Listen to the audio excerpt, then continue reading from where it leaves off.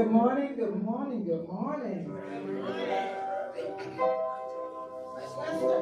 have our district attorney here, so we don't want to waste his time. We are so proud, we are so happy that he could spend a little time with us this morning. Our district attorney for Mecklenburg County, Mr.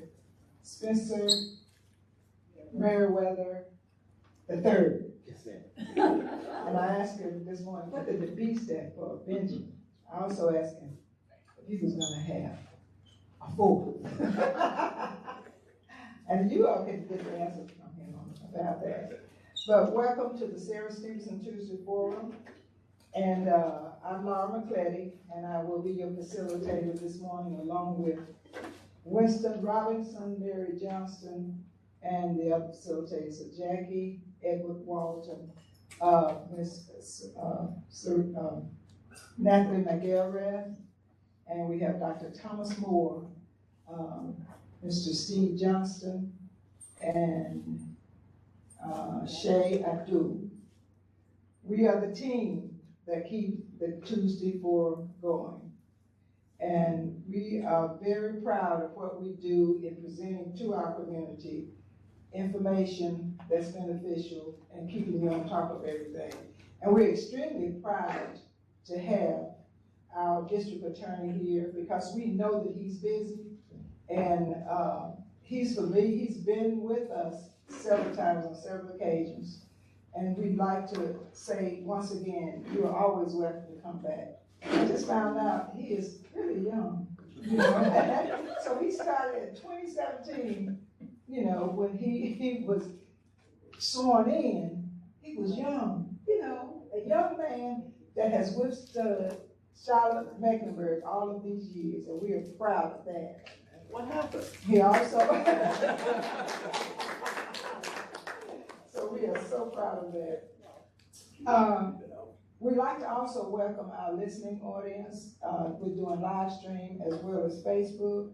And we ask those that are here for the very first time, once we do the prayer, we like to start off with the word of prayer. And we're gonna ask Mr. Lockhart if he would come and give us a word of prayer. And we'd like to introduce those that are here for the very first time. And for those that are here, come on up, Mr. Lockhart. And for those that are here for the very first time, we do have people coming in respectfully and leaving respectfully. So don't be shy with the crowd that we have because people will be coming. Thank you, Mr. Lockhart. Thank you. Good morning, everybody. Good morning. Bow your heads if you choose to. Dear Heavenly Father, I just want to thank you for today. I want to thank you for this moment, dear Heavenly Father, for us allowing us all to be on the wake-up side and allowing us all to gather here. Dear Heavenly Father, I want to thank you for the people that are behind the scenes of putting this together, because you know that the power is in us and everything we do starts with one individual. Dear Heavenly Father, as we go out today, we ask that you keep us, strengthen us, allow the Spirit to fill us with courage, wisdom, understanding, and patience. In Jesus Christ's name we ask, amen. Amen. Thank you so much. We'd like to also welcome those that are here for the very first time, and once again, invite you to come back. We are here almost every Tuesday, at least 44 to 47 Tuesdays throughout the year. So you're welcome to come back. We meet in the same space and time. We'd like to see those, introduce those that are here for the very first time. This gentleman right here. Hello, my name is Mike Stolp. I work with Spencer. I'm his community liaison coordinator.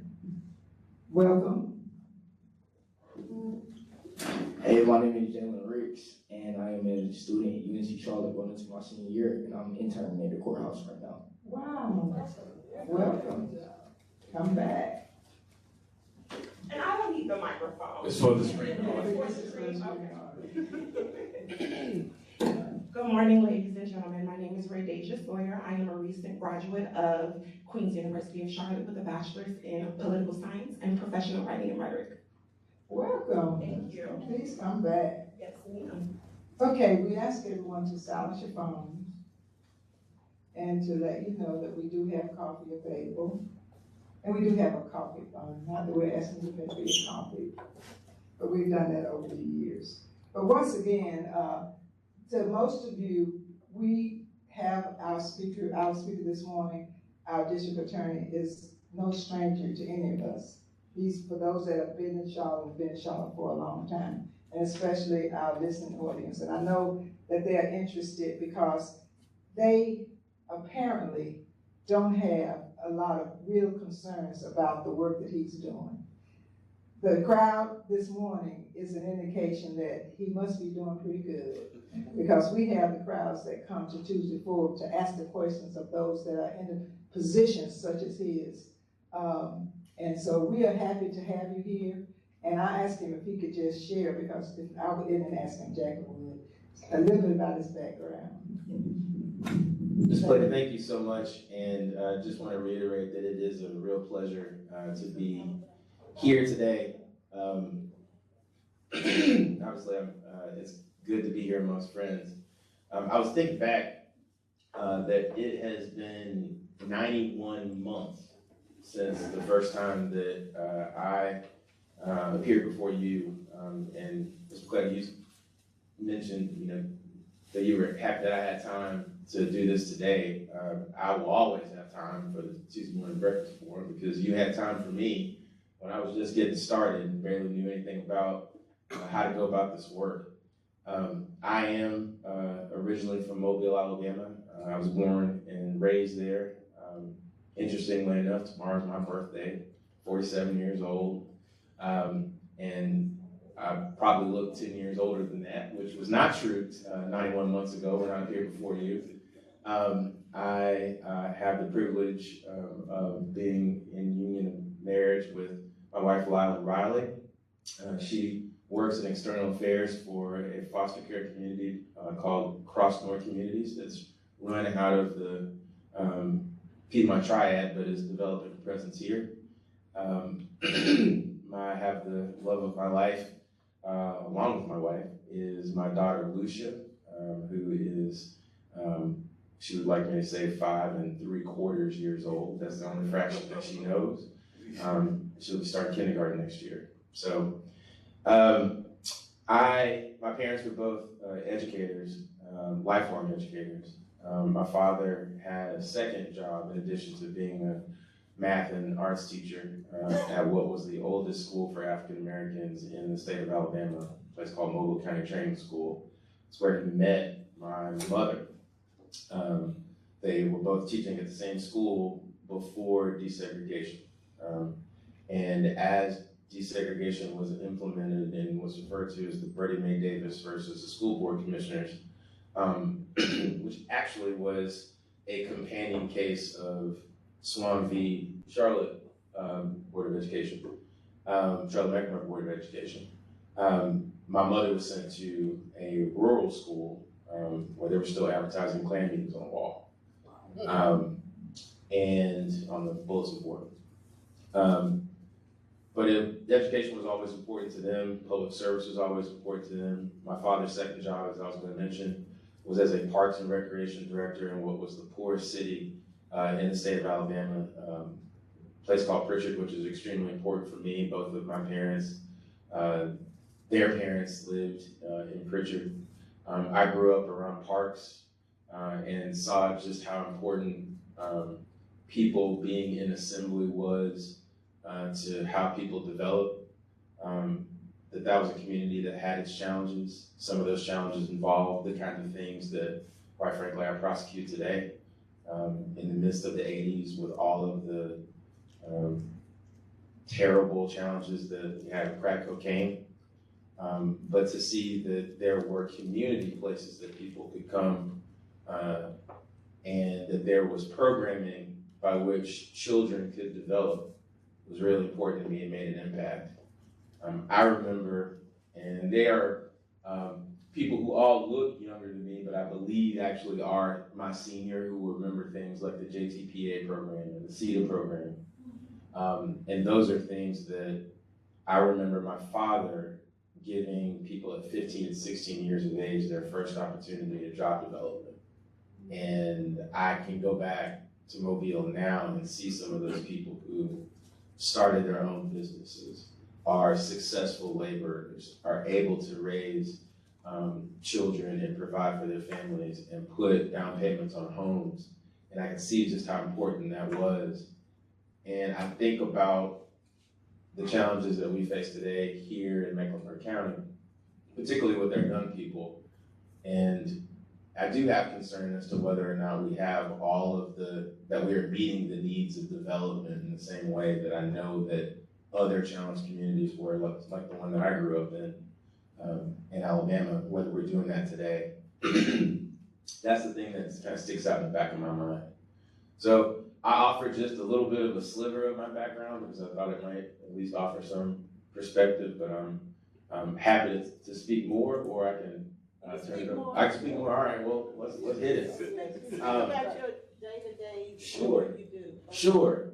And, you know, I started in this work, part because I've worked for a woman by the name of Eleanor Holmes Norton. She's almost 90 years old and still a member of Congress, but she represented the District of Columbia as its non-voting congressional delegate. Her history was in the civil rights movement as a lawyer in Freedom Summer. And so I knew, working for her right out of Princeton, where I went to undergraduate, how important the law was, both as a way of fighting for rights, preserving rights, and making lives better for other people.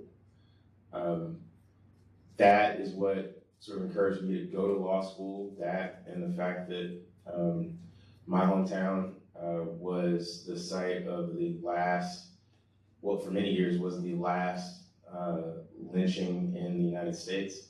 That was the lynching of Michael Donald.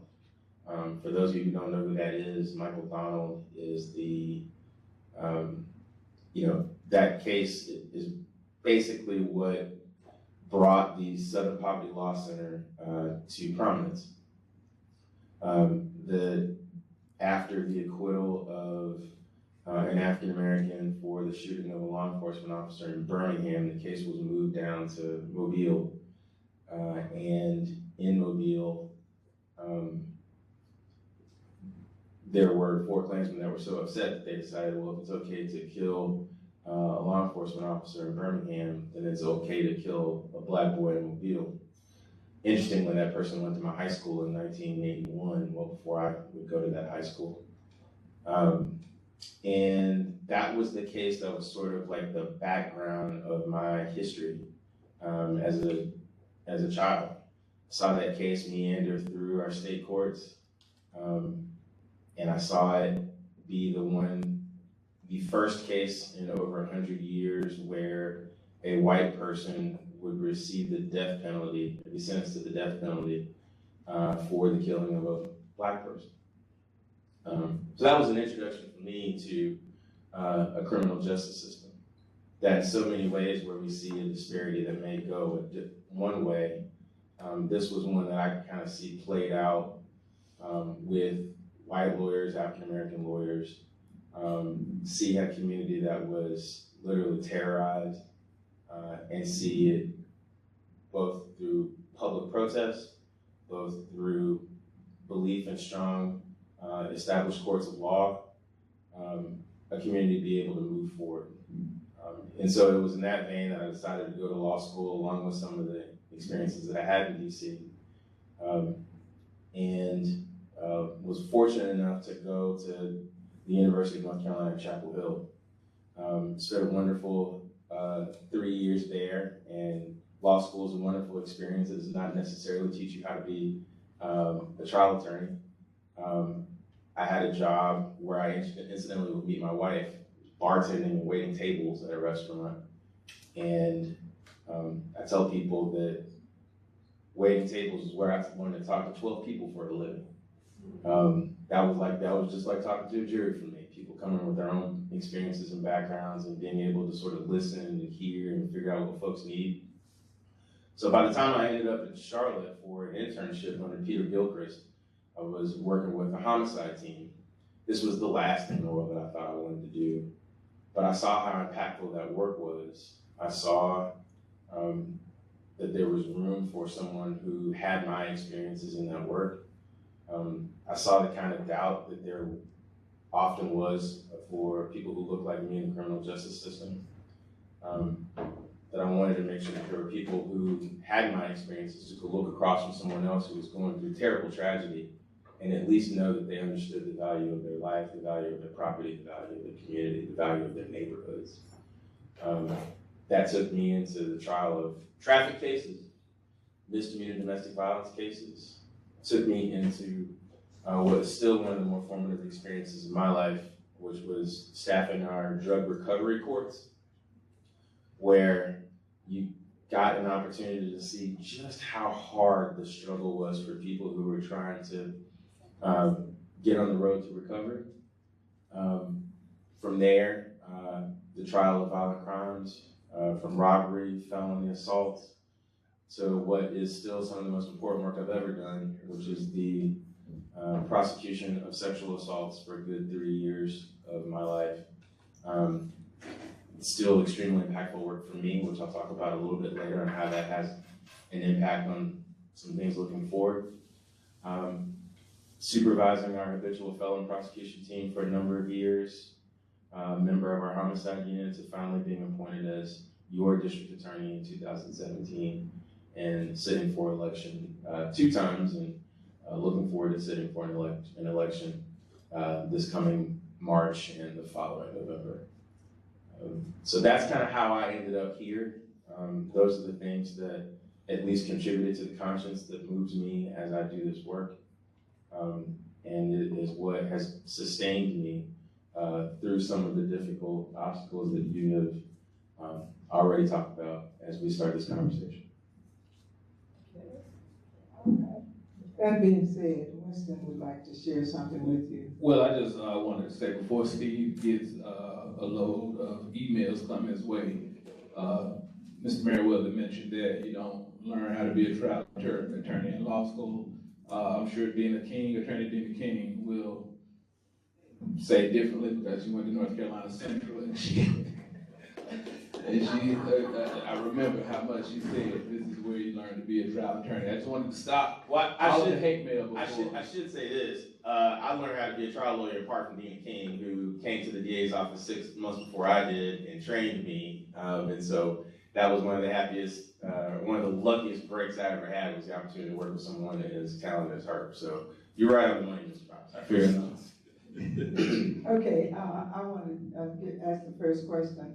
Can you share with us, this is a 2-part question, what has been the most challenging situation that you have experienced in your position, and what has brought more joy to doing your job in the position that you're in now?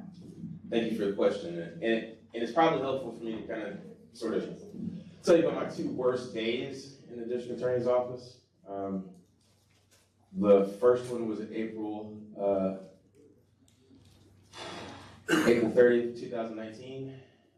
That was the mass shooting at the University of North Carolina in Charlotte.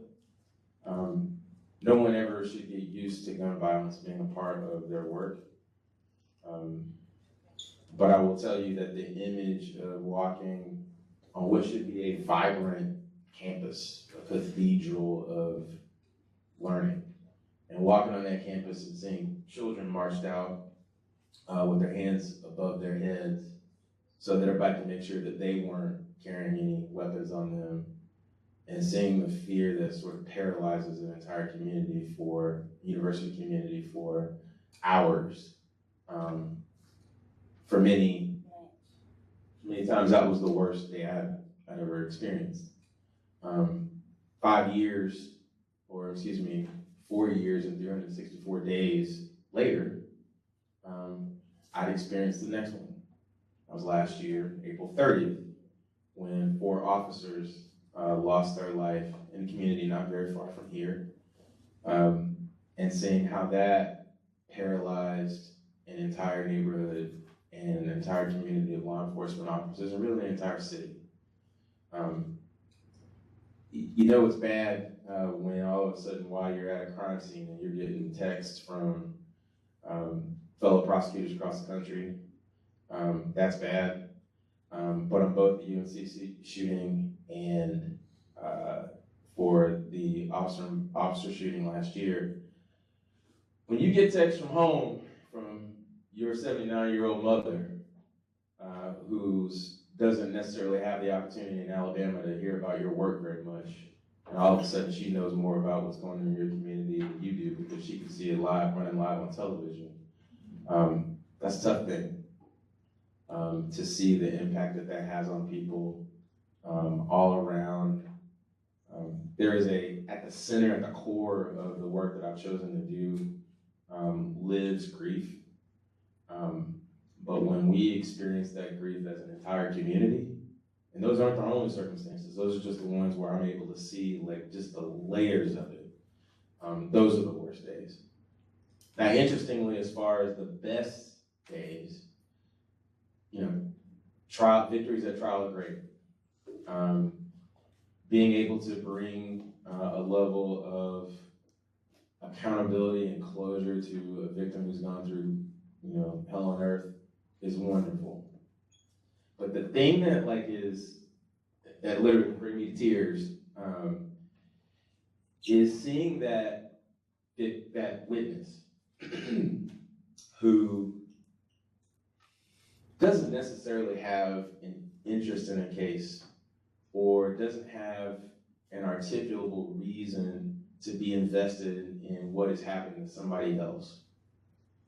And to see them put up with a court system that will often feature for them delays after delay after delay, and to see them hang in there with it, and to say that, no, I'm going to testify in this case. I'm going to provide whatever information that you need for the sole reason because it is right. We get into this work because we believe in some level of humanity. But when you see it with someone who doesn't have necessarily a self-interest in it, it's not about politics to them.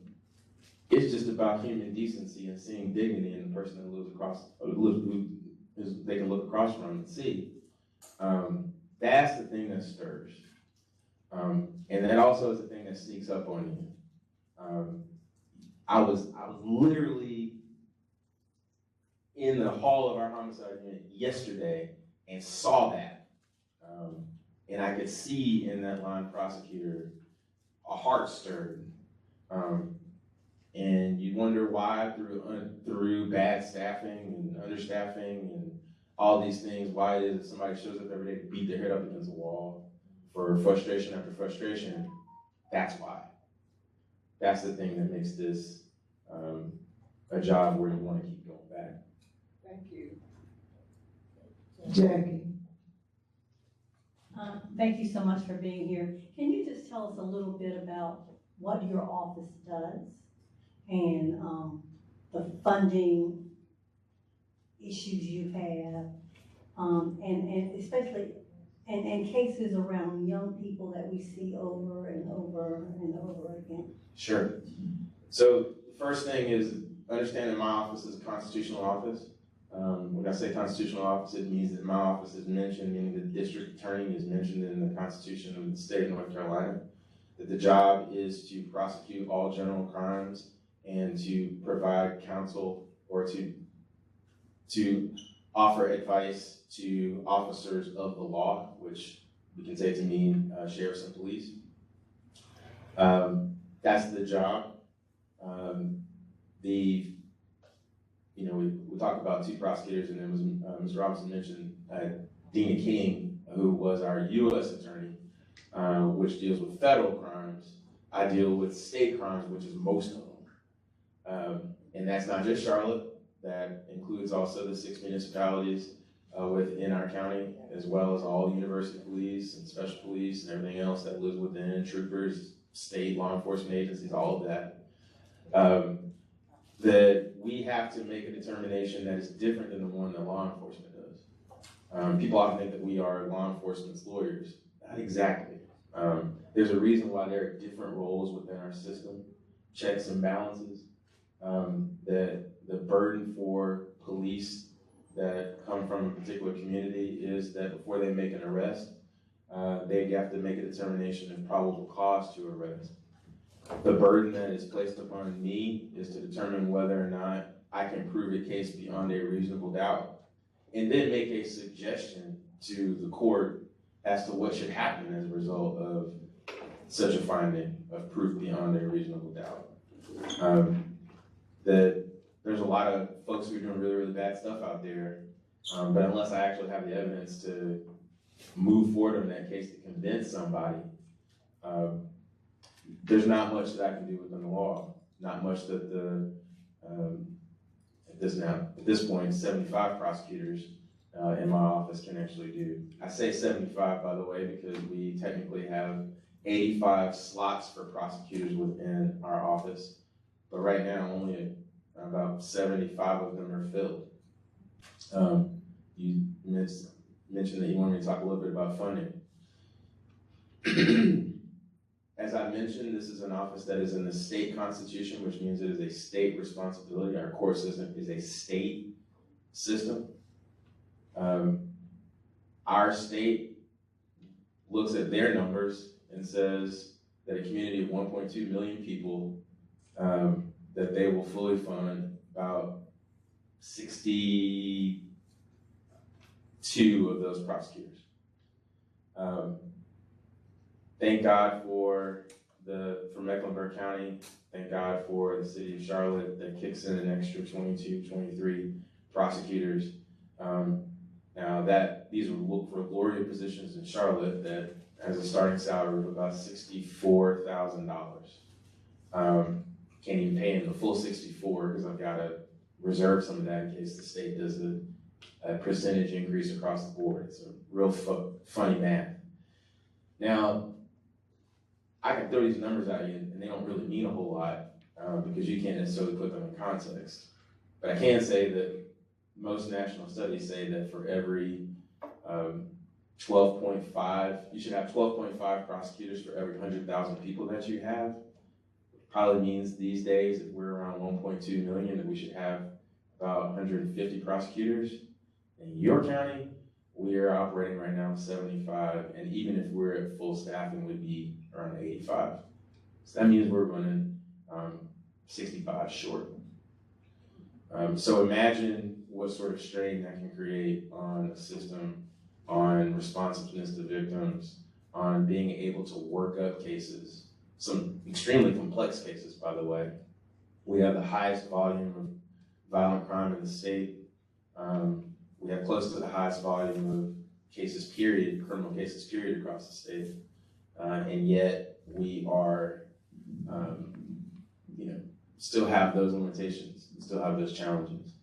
There is some good news on the horizon, I believe, which is that both the House and the Senate passed budgets, each passed a budget, which included an increase in the number of prosecutors, and at least in the Senate's case, an increase in the number of staff. Because you can't do much just with prosecutors. You've got to have some folks to do some of the follow-up with victims and to help keep us straight. They have some of those positions in the Senate. But as you know, or many of you will know, the General Assembly hasn't agreed on a budget. And that there is no prospect of agreement in sight. So that is challenging. I should also note that this isn't a new problem.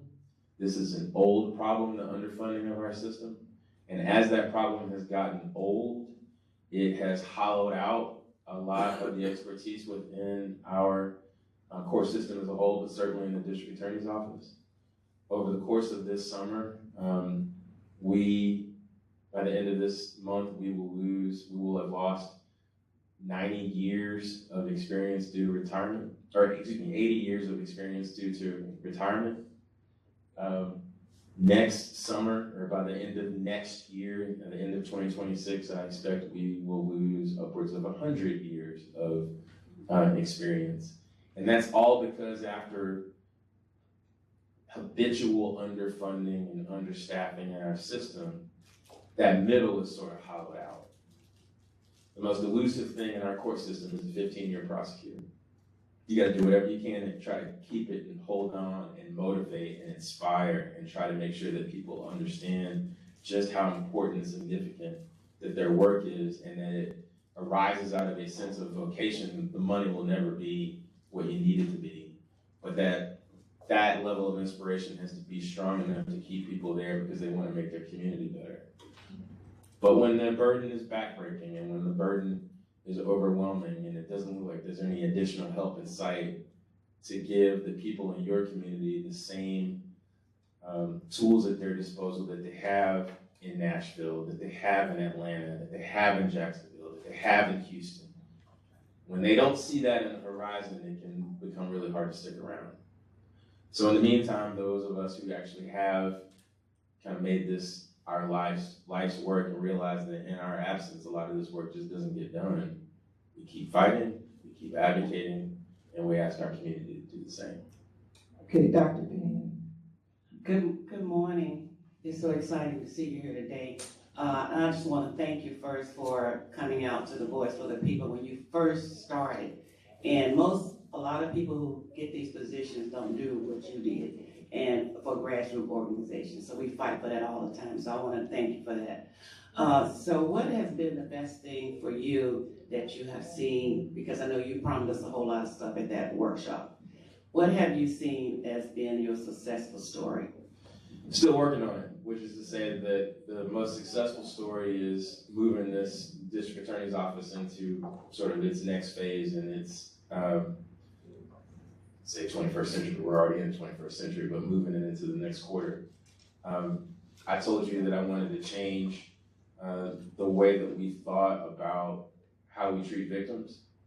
And literally 91 months ago, one of the things that I talked about when I was here was the possibility of a family justice center, so that victims didn't have to run around 40 different places in order to get their needs met. They could have an advocate for them there, that the police would be there if they needed it and they wanted to talk to police, that the prosecutor would be there, that acute health care would be there, that a victim who's gone through who knows what, through domestic violence or sexual assault or child abuse, wouldn't necessarily have to worry about where their next outfit of clothing would come from, or that they wouldn't have to, that they still could keep an eye on their child while they were being interviewed by law enforcement or interviewed by an advocate. We have seen the first phases of that in what's referred to as our Survivor Resource Center. That's been up and running since about 2021. But in fall 2026, on Albemarle Road, our actual full-fledged Family Justice Center will be up and running. And that's something I talked to you about darn near 8 years ago. And sometimes things take a little while, but that is something of which I will be immensely proud. Now, as an office, that means that when we are able to surround victims and survivors with that sort of those sort of resources, we're not forcing anybody to proceed with prosecution, but it does make it more likely that they will engage in prosecution, which makes everybody safer. That a victim that feels as if you're going to be there for them and that you're going to help deliver the things that they need is more likely to stay engaged with our court system and is not going to feel afraid. And so that is something that will be a reality.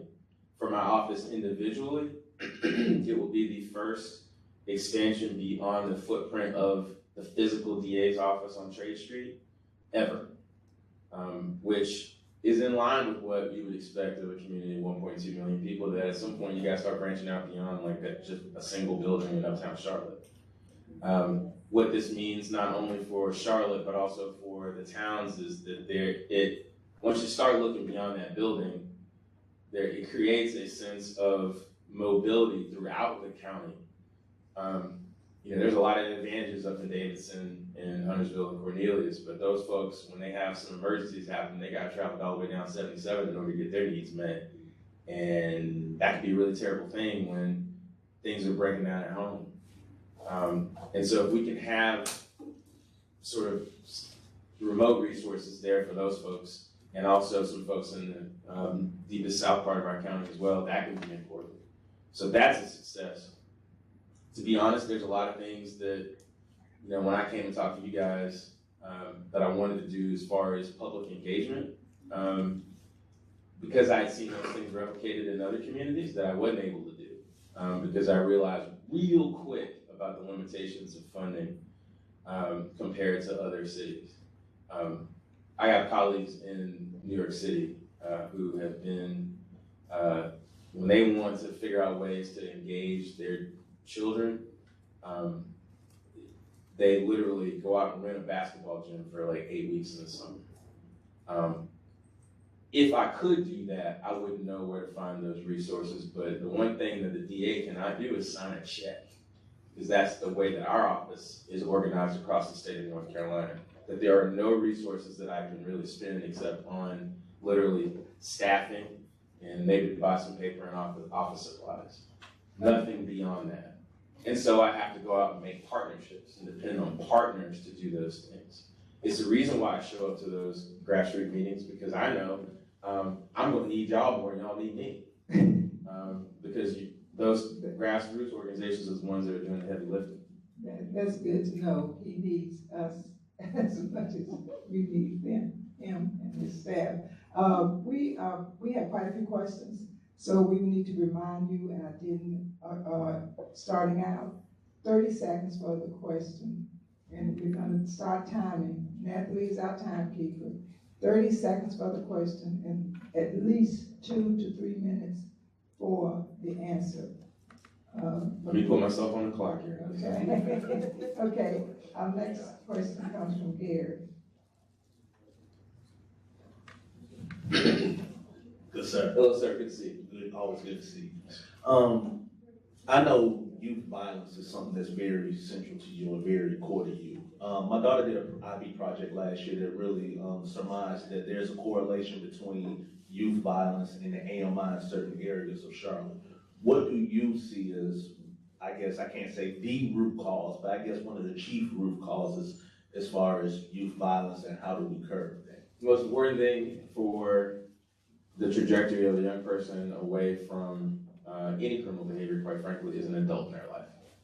I think part of the reason why everything got so messed up during COVID is not just because kids weren't at school, but because those children were, when they were at school, we knew that they were more likely to be engaging with an adult or a variety of adults to choose from on a daily basis. Everybody goes home, we lose a little bit of that. Parents got to work, parents got to do, whatever. The other thing that I think is really important that we need to just make note of is the proliferation of guns in our community. People feel how they want to feel on guns. I'm not trying to get in debate about guns right now. But let's just be honest, that there's a lot more guns in our community than there were even just a number of years ago. I was gonna start this discussion by telling everybody I can't talk about pending cases, and I think by this point I've been engaging with all y'all. Y'all know that.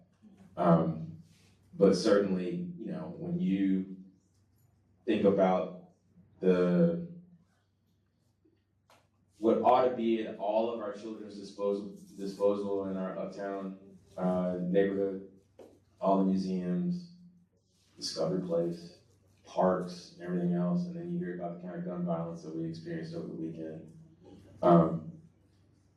It boggles my mind how we have allowed our culture to get to a place where people are bringing multiple weapons out to places of entertainment. And that's just as true for our children in a variety of spaces across Mecklenburg County. It's the reason why CMPD and other law enforcement agencies are telling people, make sure you secure guns and you're not just leaving them in your car. It's the reason why people are telling parents, you need to know where your gun is located. It's also true that these guns are stolen. They're coming in from a lot of other places. They come cheap to the point that people are renting them. The way that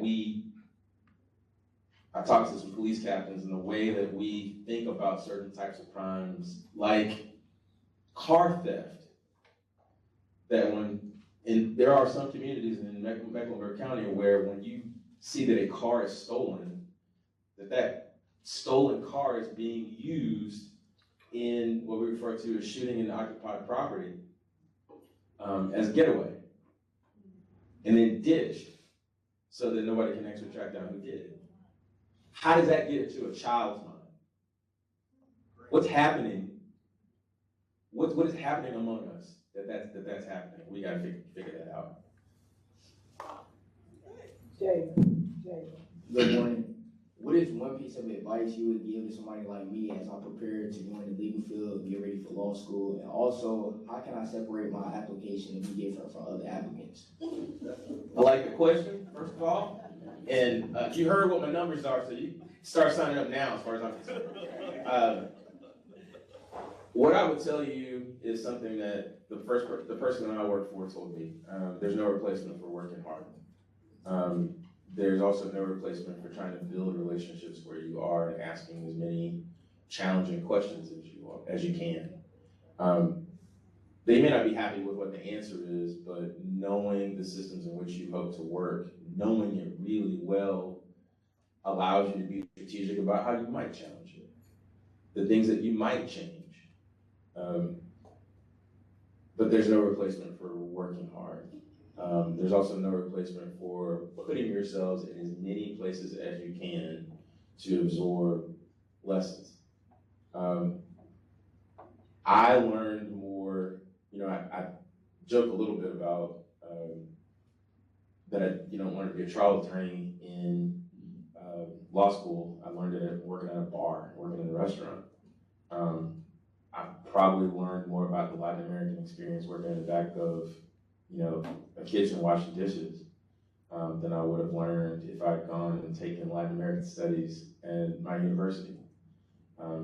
I learned more, being an altar server at my family church, engaging with a number of different people about what makes community.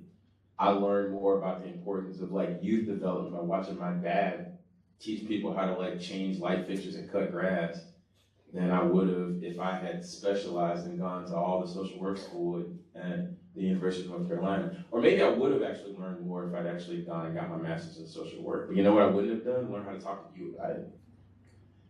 How to communicate that to you in a way that is meaningful.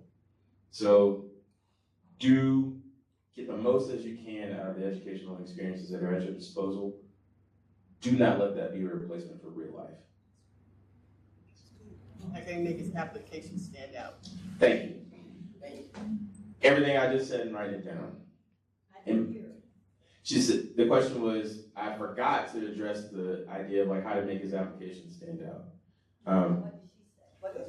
That's what she said. Reminded me about that I missed it. One of the questions that we ask people when they interview for my office is, have you done retail?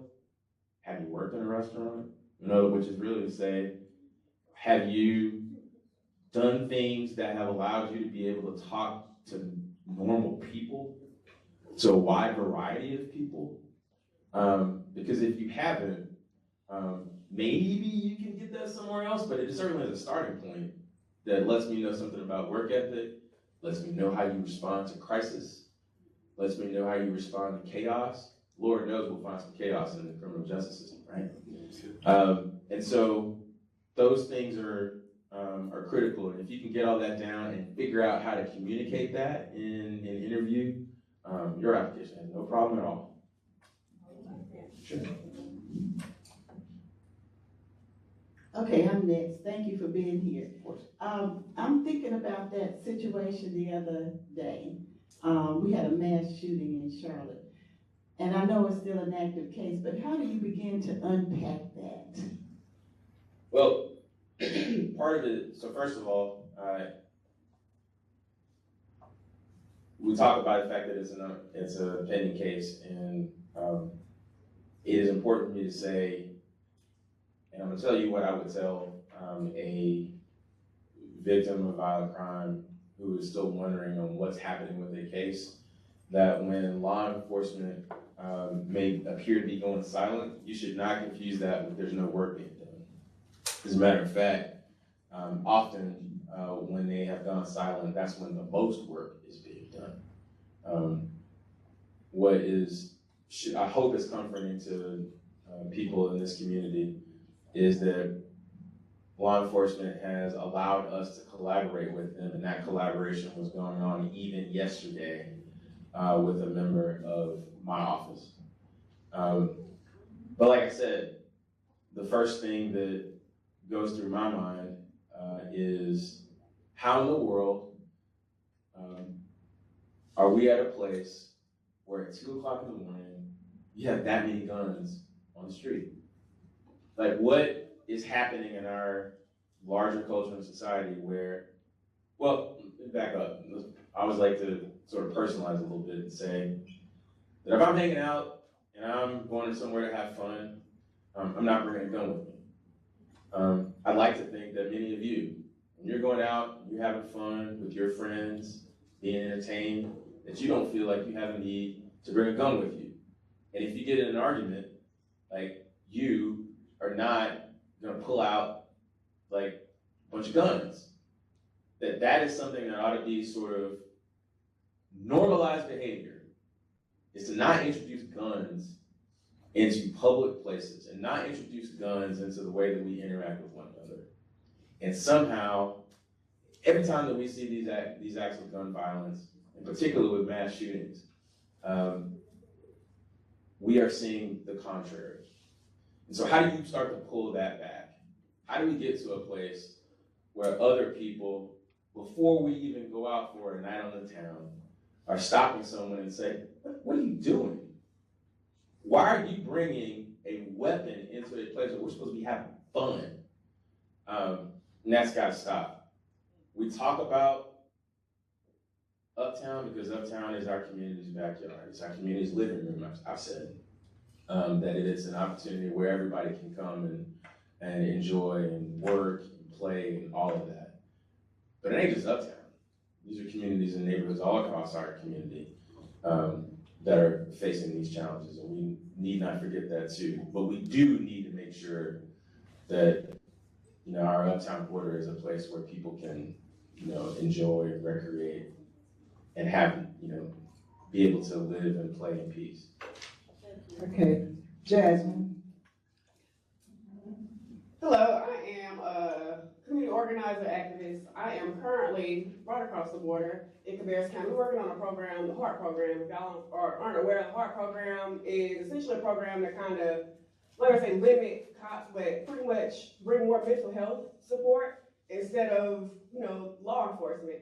My question to you is, what kind of language should I use when I'm conversing or trying to get this program with law enforcement and our elected officials? What should I be saying to be like, all right, we need this program here, and then how can we go about getting public data? We've been having a hard time getting information from our jails in Cabarrus County. You asked a lot there. First, about public data. We are blessed with the fact that Mecklenburg County, and I can only speak to my experience in Mecklenburg County, has historically done really well with data. Now, you remember I told you I was a state officer? Our state's terrible with data. They just don't have the command of inputs that our county government has, and that has caused grave confusion. And I offered that introduction to say that I'm probably the last person who can offer advice on that, because I'm not used to even having data at my disposal, and because, again, I don't sign any checks, that it's difficult for me to be able to begin and advise about how you can get better data for your community, except to say that our county government, of which I'm not a part, has done a really good job of having a command of data when it's at their disposal. I can also say that with regard to the mental health questions, that we have done some really good things here. A couple things that I think will be of note to you. One, within our court system, that the large network of diversion programs that have existed within our court system includes a wellness court, formerly known as a mental health court, which offers the possibility of diversion for people who have who are showing some signs of mental illness within our court system. I have seen that be extraordinarily successful. And I also have to admit that it's also probably one of the chancier things that goes on in our system, because you just don't know how that's going to manifest itself when you decide to place someone under that sort of sanction. But we've had a lot of success with it. What you want to do is to make sure that you capture that kind of programming and apply it at a time before, if it's violent, for instance, where it graduates into severe violence. You want to catch it when it's someone who maybe is doing something like committing some sort of larceny. Because if it allows to manifest itself and then all of a sudden graduates into violence, you have a problem. We all have a problem. And it's a lot harder to apply that kind of sanction later. As far as our law enforcement is concerned, good to hear that there's an activist who's like you who's engaged in not only Cabarrus County but also in this jurisdiction. We've had activists here in this community who have been engaged as well, and I think they would tell you, and I think local law enforcement would tell you, that they were part of the movement which allowed for so many of our local law enforcement to be CIT trained, which is to say crisis intervention trained. So I think that as you talk about as you go into another community and see like how it is that you can begin to frame people's mind around what can be done proactively around mental health, you can use examples in this county where we've had some really good successes. Carlene. Thank you. Hey, Spencer. Ken, how are you doing? Good to see you. Fine. Mary asked my question. Mary, thank you. I am really concerned about the crime. But I want to first say thank you because you've helped me out in a personal situation we won't talk about. But also, when I almost ran over you, you didn't charge me. That's a true story. I wasn't going to tell on you, so. And, but thank you for that justice system. I got a call last night. I know there's a 311, a 911, but crimes and people need help all the time. Is there a 24-hour place where people can call when they need access to an attorney or help or the justice system, and do you have any opposition? Well, first, with regard to like where you can call and get help, first of all, and I cannot reiterate this enough, if you feel like you're in a jam, call 911. Everybody can work out all the other stuff later. You may not necessarily think it's the most serious thing in the world, but there's something where you feel like, hey, if this is allowed to go on for too long, this might be a thing. I would rather have you call 911 and have them tell you that's not really that big a deal than not call 911 and find out that it is. There are some of you I know who may have some concerns about, well, I don't know if I want to call the police who are going to show up with their weapons if there's someone who's in a mental health crisis.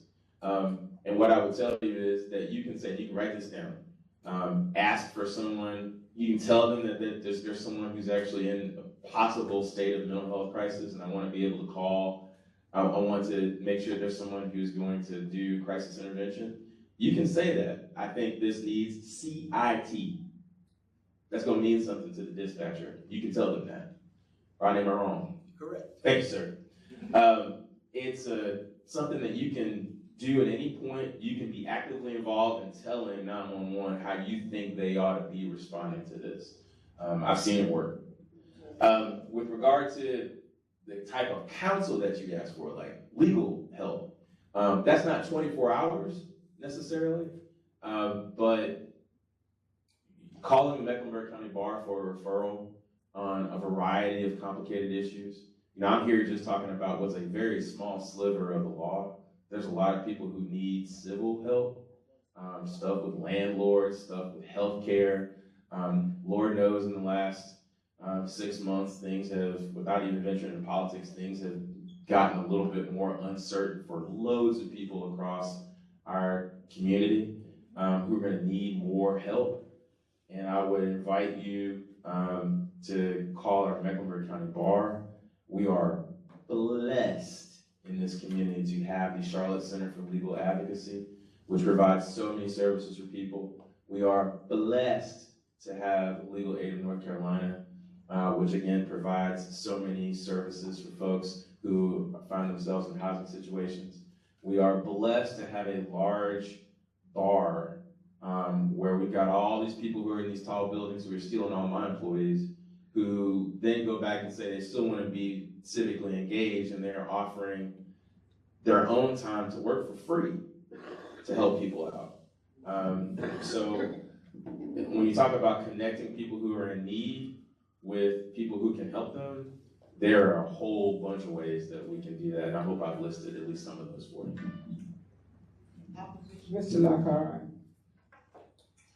I won't miss it. I'm gonna come back to you. Well, I'll go ahead and answer now. I think you asked me about whether I got opposition. I think you're referring to my run for re-election. I don't know, and when I'm preparing as if I do, because I have to make sure that I'm always answering your questions. And whether I have opposition or whether I don't, I'm gonna be here answering your questions. My opposition is tomorrow, that anything could happen. And so I wanna make sure that I'm doing my job right and let the rest take care of itself. But thank you for asking that question. Thank you for being here. I have a question. Earlier you mentioned grief. And as I sit here and see Ms. Johnson behind me, of course, we all know that grief comes from, a place that a lot of us, well, let me get on with the question. As far as grief and conflict resolution, how can community leaders, activists, organizers, how can we collectively, in your opinion, confront these issues that are plaguing our community so many young people of color are not showing up in front of you in the courthouses? Modeling it. And just by asking the question, you begin to do that. But when we as the adults, in the way that we talk, in the way that we engage, in the way that we confront issues, model that kind of behavior, that kind of empathy for one another, I think that we take our community a long way. I've been here long enough where I've seen a lot of community organizations and grassroots organizations kind of fight for resources because resources can be scarce. It has worked best when I see those community grassroots organizations say less, which is to say, connect with an organization that may already be engaged in the work and let them know, I'm not trying to steal your spotlight. I just want you to know that I'm here. And that if you need me, I can do these things for you. What folks who are ready to hear that are able to take from that is, I might not need you today, but I will remember you said that. I will remember that you do offer these things and offer these particular talents that can be applied to the next problem that I have. And I've seen some wonderful collaborations from people all across our community in that way. Sometimes that collaboration lasts for years. Sometimes it lasts a month, but it was what people needed in order to get us through a significant problem. But the adults have to be the one modeling that sort of collaboration and modeling that sort of empathy for the problems that we're facing. It happens a lot. I'm glad about that. It can certainly happen a whole lot more.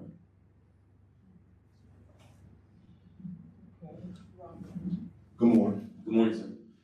My question is this. I noticed the passion you spoke with when you first started speaking, and then we started speaking about the youth. A lot of times we want to focus on the victims, but I'm also thinking about the ones that are committing the crimes. So do you, I wonder, get counseling so that you can make good decisions and not be so caught in the fog by all the things that you've seen?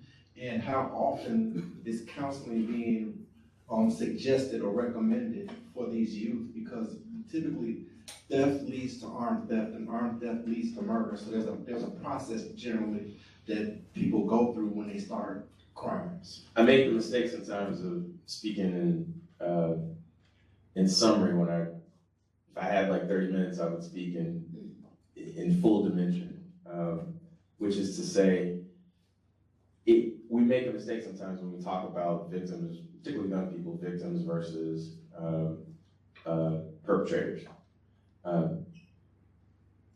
We are often, if you dig into the history of our youth perpetrators, you will find victims. Part of the reason why this umbrella setting concept is so important to me is because as we reduce the adverse childhood experiences of children who have been exposed to violence, if we can confront those, we have a better chance at fighting public safety challenges that will later develop. The problem is, which I have to be straight up with and be head up on. And I'm gonna need like 1 more minute in addition to this one, if you don't mind. You've gotta, by the time that I've got one 14-year-old shooting in the house of another 14-year-old, that's not the time for me to be addressing that problem in the same way. I've got to meet that head on because I got a whole community of 14-year-olds that I got to make sure protect and have their best chance at avoiding those adverse childhood experiences. So I got to make sure that I'm treating that 14-year-old who all of a sudden shot into somebody's house. I got to deal with that seriously.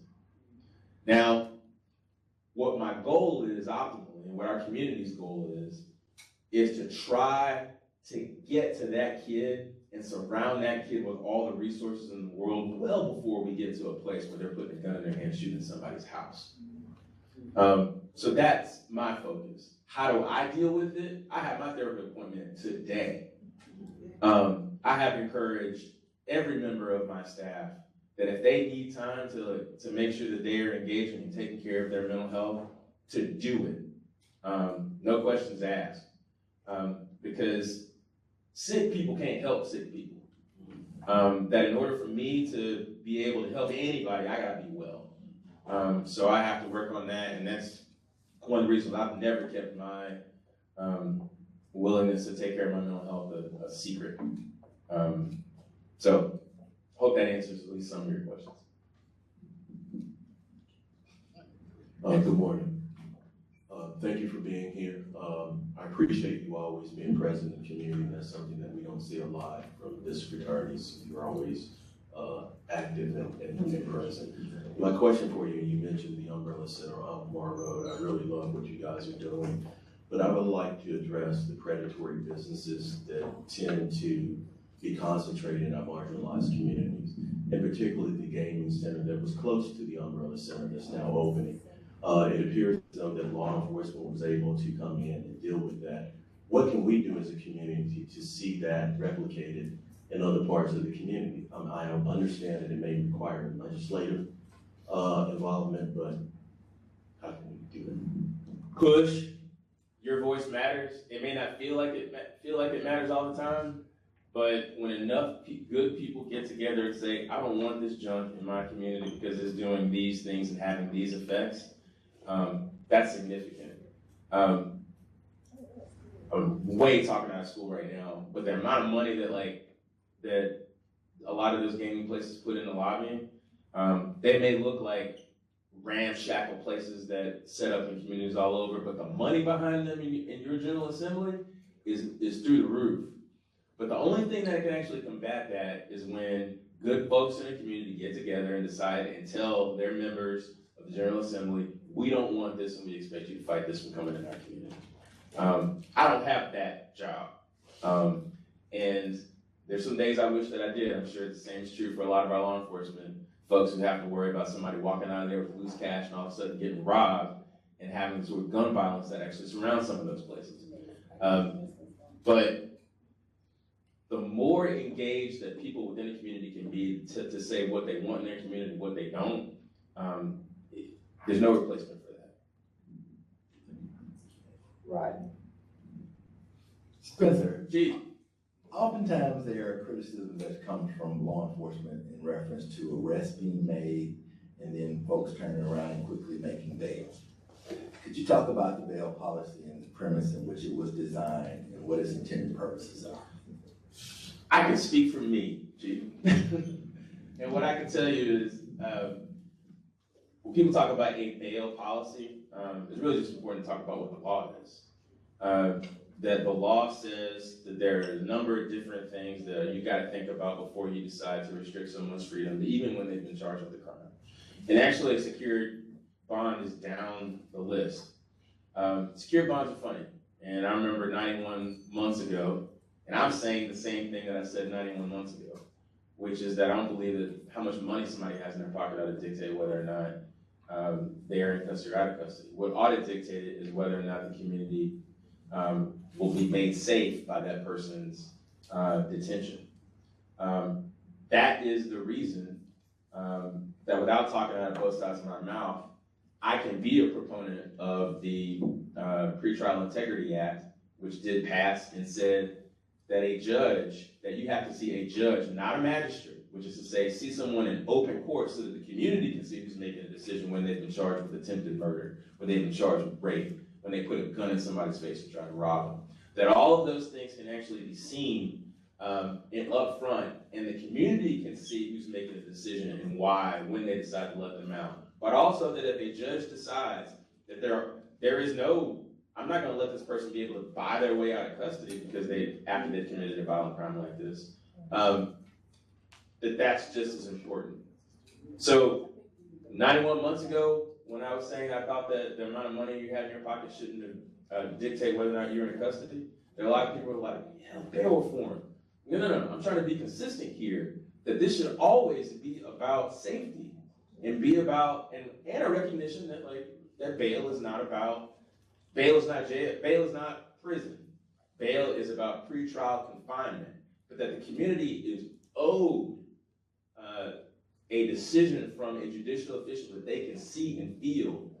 Many of our decisions are made by magistrates, literally, as you know this, in the lower section of our detention center, that no one gets an opportunity to see or ask any questions or figure out exactly why or what information is at their disposal when they're making a decision. And I think that's not great for our system.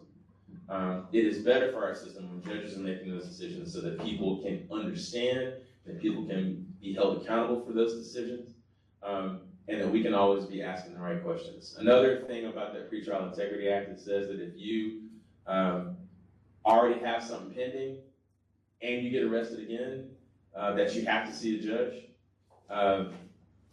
That's a good thing because the number of folks who are suffering from mental illness who have been able to be channeled into some level of programming, I think we've surprised some people with the number of kind of mental health challenges that we've been able to sort of wrap our brains around when you know as well as I do, before that Pretrial Integrity Act, a lot of those folks would be cycled through the magistrate's office and they'd be out in 30 minutes. And that's a shame. That's a danger for everybody.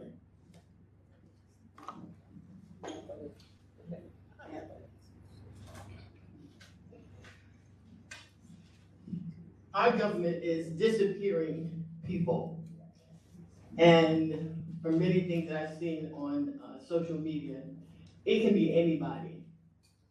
So what would your advice be if someone showed up and just started questioning me? How should I handle that? I mean, whether it be ICE people or law enforcement people, what should I do? I'm a lawyer. And my counsel to people who believe as if they're having their constitutional rights challenged, understanding the form in which I work, is to make sure that they exercise and assert those constitutional rights, which is to say that even though there is a far greater feeling about what happens to a person this year than maybe last year, when they assert those rights, the only way we're going to know is when people assert those constitutional rights, and we have it out in our courts. If we believe in our courts, and I know there can be a crisis of confidence in our constitutional courts right now, but that's something that we've just got to press. And so the same thing that you would have done 8 months ago is the same thing that I would advise you to do today. That does raise some questions, and you mentioned, how the types of impact that has on our community. One of the things that you learn in law school that's important is the supremacy of our federal government in matters of immigration. That's not a state issue, that is a federal issue, and what the federal government does on that, what the Congress does on that is supreme. So with that, I have to offer, even as a state constitutional officer, I have to offer great deference to that, and I do. We will abide by the law. That is our function, that is our ask. It's also okay to admit the impact that can have on public safety within a community. That we can already feel some differences on the witnesses who are willing to come forward and engage with our justice system that's different than what it was 7 or 8 months ago. Not necessarily quantifiably different, but it's different. That there may be people who believe in what was referred to as a U visa, which is to say that if you engage with government, engage with law enforcement, that you sort of get a pass as far as your immigration status is concerned, because we understand that we need you in order to keep the larger community safe. People knew that. Now, people don't necessarily trust it because they don't believe it'll ever be processed. And that means that they are less likely to engage with law enforcement or engage with prosecutors when they see you get robbed, or when they see something happen to someone in your family that's a violent crime. I can say that without applying any politics to this at all, and I can merely say that condition changes the level of safety within our community as a whole. Okay, our next question comes from AO, but I'd like to ask you, okay, it's from Sylvia. Okay, but I'd like to ask you if you would just shorten your answers to at least a minute, because we do have other questions. That's called a lawyer's warning, yes, ma'am. Good morning, District Attorney, Sylvia Greer. I thought I heard Ms. Greer. Okay, there you go. I see it. Genesis Project, Mental Behavior Health, we have several issues in your office already, which we get no attention from Mecklenburg, North Carolina, or the United States, because we're a black agency. But I want to know how are you going, and you did give us an award, the Mecklenburg Council of Elders, an award for our expungement program. How do we go back to getting more attention with that? Because expungement moves our community more than anything else. And we lost our attention when some white agency in Raleigh said, give us $25,000. Mecklenburg Council of Elders didn't have it. We lost everything we had from Mecklenburg County. What I'll say is this first, because I'm trying to fit it all in a minute. Mecklenburg Council of Elders has done wonderful work throughout our community and continues to, and I know it, you know it as well. Second, I had the privilege of presenting that award to you. The Urban League gave me that award, and they were right to do it. Third, I think you're referring to the North Carolina Pro Bono organization. That's not what happened with expungements as far as why some of that work is slowed down. E-courts is what happened with that, which is to say that the new electronic system has made everything in our court community more challenging. And that has significantly slowed the way that expungements get processed. Also, there's been a lot of change in the law with regard to expungement. Some of it you'll like, some of it you won't. Which is to say that now we've got those automatic expunctions that are going when cases get dismissed, or at least the cases are like a better way to say it, sort of sealed. Like I can get to that information if I need it. If I realize that like someone who got their case dismissed all of a sudden did some other stuff, I can go back and see whether or not they did some of the same conduct, but the general public can't. That's a change, and that has changed the way how our larger court system processes some of that stuff. Thank you, Carrie. Yes, ma'am. Maria will definitely call me. Yes, ma'am. Okay, Winston. Good morning, Attorney Merriweather. So for whatever reason, the algorithm decided to put a certain sentiment of videos at the top of my timeline that feature clips of court segments where judges will make comments on clothing or t-shirt type. Now, I'm thankful that I've never been in a position where my freedom was determined by, someone standing in front of me. But to then have to assess my clothing, it feels like a lot of stigma attached to that. And I wanted to know if those sentiments from judges, or is that a courtroom environment that you've encountered, and what are your thoughts on those things? I think there's a couple different ways to look at it.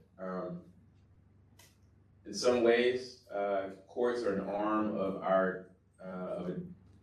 a democratic form of government, which, like we want our churches to be, all are welcome, no matter what you look like, what you're wearing, or whatever else.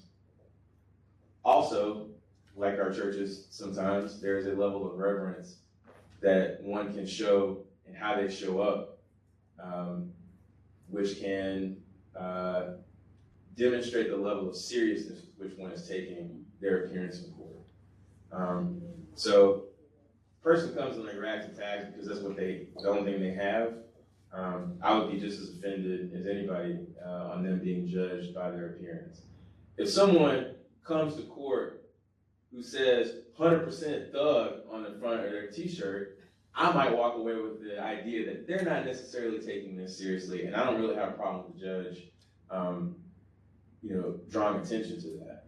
I do think that there is a way to demonstrate respect in the way that you engage with litigants, and I think that litigants are owed that just as much as the judges or the people wearing suits.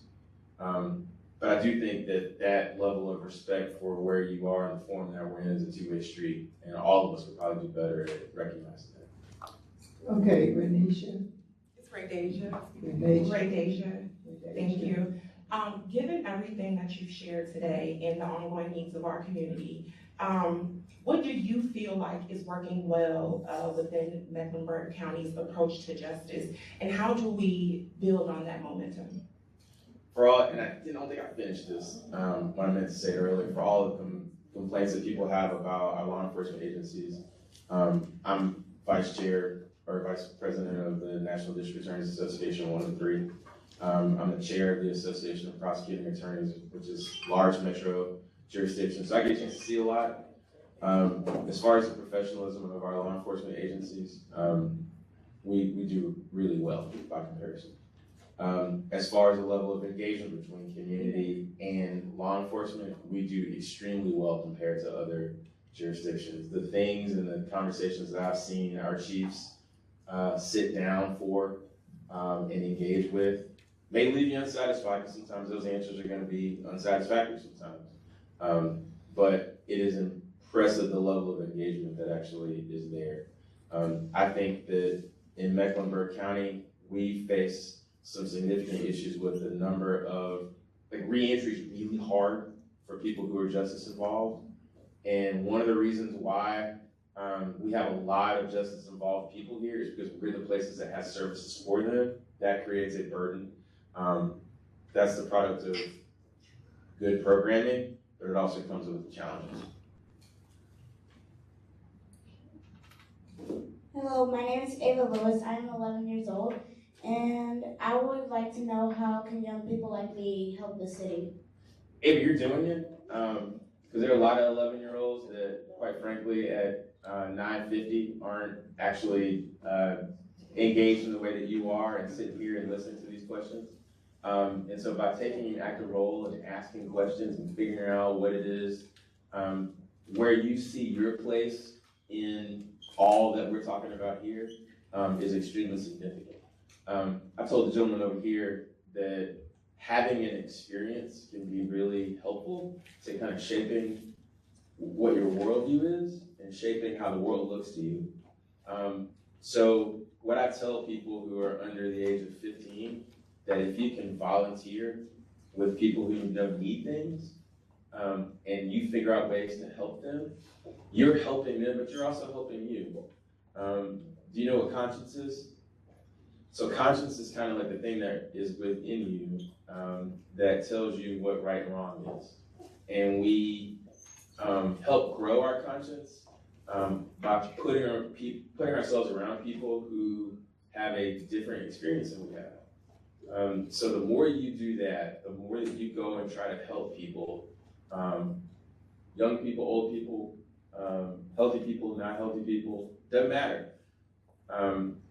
You grow your conscience, and that's going to make you a better person, and it'll give you talents that you didn't even know lived within you. Does that make sense? Okay, our last question is from Jackie. And thank you, young lady. I'd like to say that this is Minority Mental Health Month. And also I want to say that the first leaders of Legal Aid, Legal Services, and Center for Advocacy, they were here last month, and we're happy to have it. But my question has to do is your involvement with the Remembrance Project. I have had some experiences with the Remembrance Project. Obviously, our Mac clerk, Elisa Gingari, has been a wonderful leader. She was one of the folks who organized the trip, quite frankly, for me to go to the place where my dad went to college, Montgomery, Alabama, to the lynching museum there, and that hits you. I've been trying to think about what's the right age for me to, introduce my own daughter to some of these concepts, because, it's hard history. It is. But it's also really important to her shaping who she is and her knowing who she is. It may be that waiting on the completion of the Remembrance Project here is that first introduction. What I told Madam Clerk and what I tell all members of the community, I want to make sure that I find a place for me and the agency that I represent, how we can play a role. But there's no question that we have a history here in Mecklenburg County, and we came right from it. It has helped shape us, shape who we are. It has certainly shaped for large sections of our community how we think about justice, and we have to make sure that we're supported. Okay, Dr. Thomas Moore.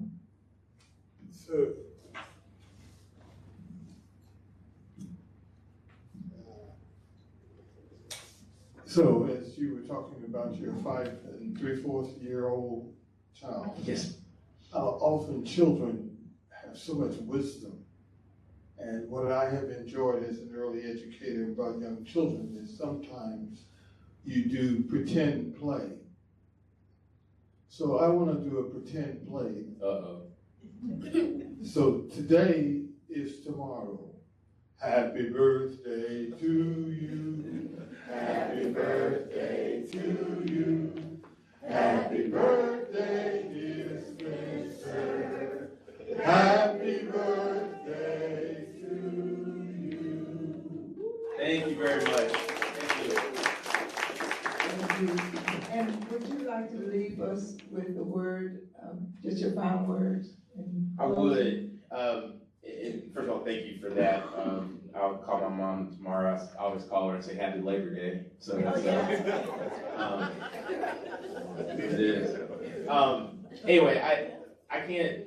This is important, and having a forum like this where people can ask so many questions under the sun in a way that's relaxed and cordial and civil, especially given the state of our discourse, is just really, really important. The work that I do is hard. The work that I do is basically when all that civility and all of that, the ability to talk with one another has gone all the way wrong. And so what you do here to cultivate, to nurture a sense of community, there is no replacement for that. And that's part of the reason why anytime you ask, I will be here. And I think that's why that is an ethic that you have found among so many leaders in this community, because they recognize just how valuable what it is that you provide here. So this is my opportunity to say thank you, not just to the moderators, but to the people who are here with their questions and their feedback. So thanks.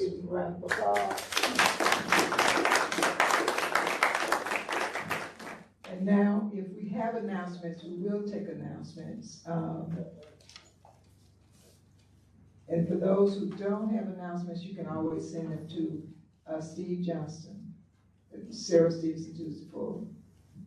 I do appreciate Steve. He gets everything out we have. The Mecklenburg Council of Elders will be having an expungement clinic this coming Saturday. You have to register in advance. The expungement clinics used to be free, but it's so much paperwork and so much work. They are only $35. Mecklenburg Council of Elders.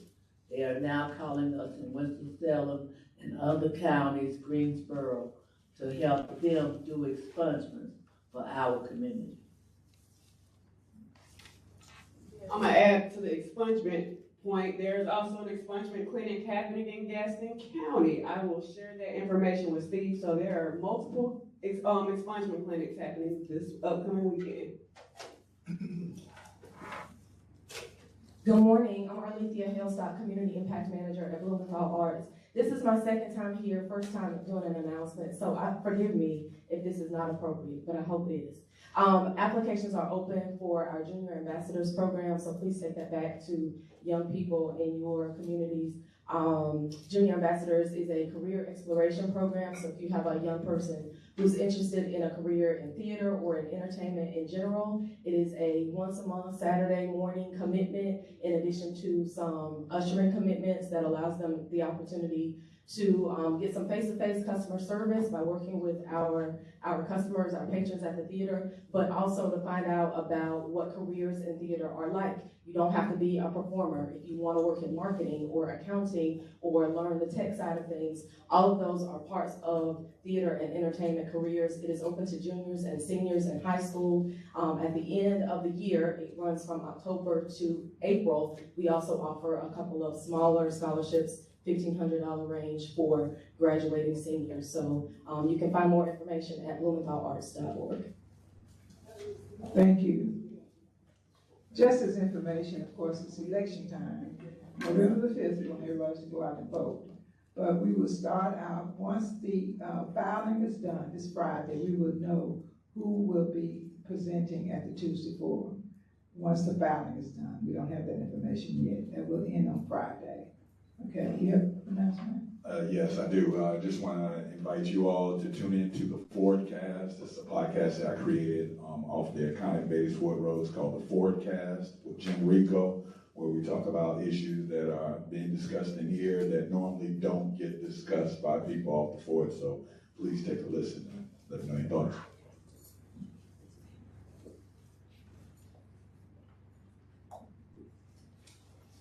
Is that it? Thank you.